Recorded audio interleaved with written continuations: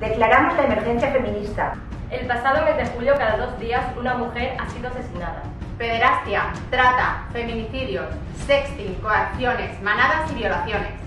No toleramos lo intolerable. Nos faltan todas. Nos faltan las más de 1000 mujeres asesinadas desde 2003, pero nos faltan muchas más. Estén a la altura, señores. No antepongan ni cargos ni ministerios a la vida de las mujeres. Les exigimos responsabilidad de Estado.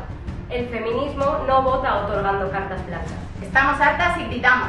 Gritamos contra la normalización de la violencia machista, contra la pasividad de los medios, contra la anestesia social y política. Declaramos el estado de emergencia. Seamos miles contra el terrorismo machista. Se acabó el miedo. Nos tenemos a nosotras.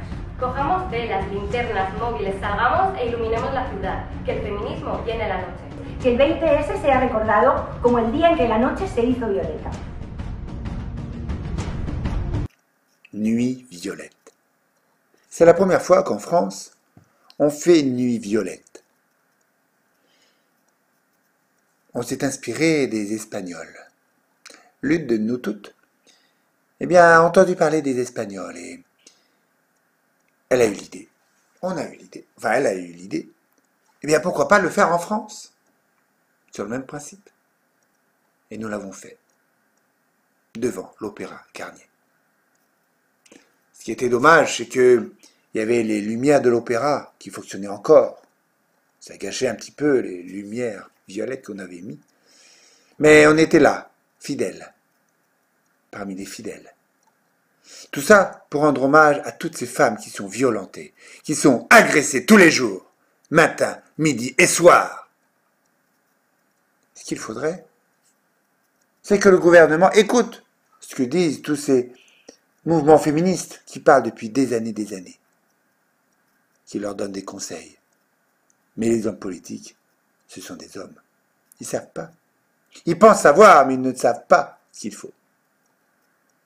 Il faut aussi que le comportement de certains policiers change. Il faudrait que dans tous les commissariats en France, et même dans tous les autres pays, qu'il y ait des spécialistes des femmes battues. Comme ça, à l'accueil, oui madame, vous êtes une femme battue? Je vous oriente vers ma collègue ou mon collègue qui pourra s'occuper de vous. Ça serait beaucoup mieux que... Quoi? Il vous a donné une claque? Attendez, vous n'allez pas chipoter pour une petite claque, une petite fessée là. Vous êtes sûr que vous ne faisiez pas un truc érotique?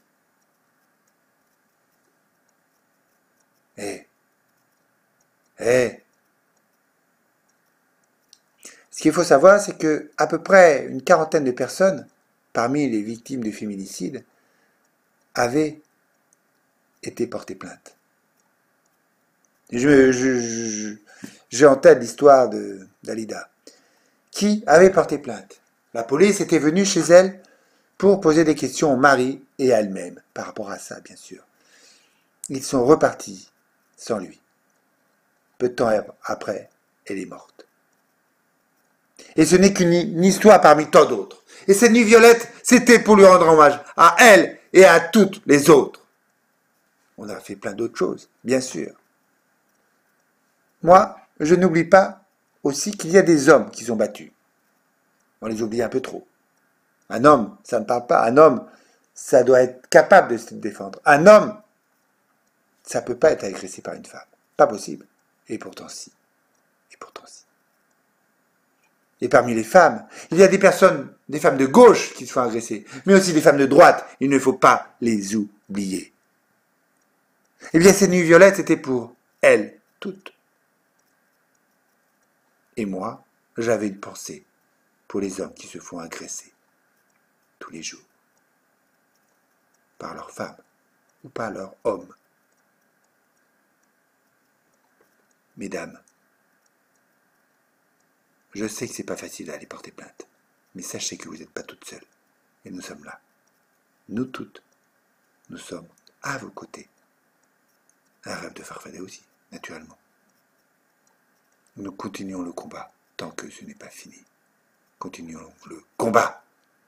Prochainement, il y aura une autre nuit violette. À suivre.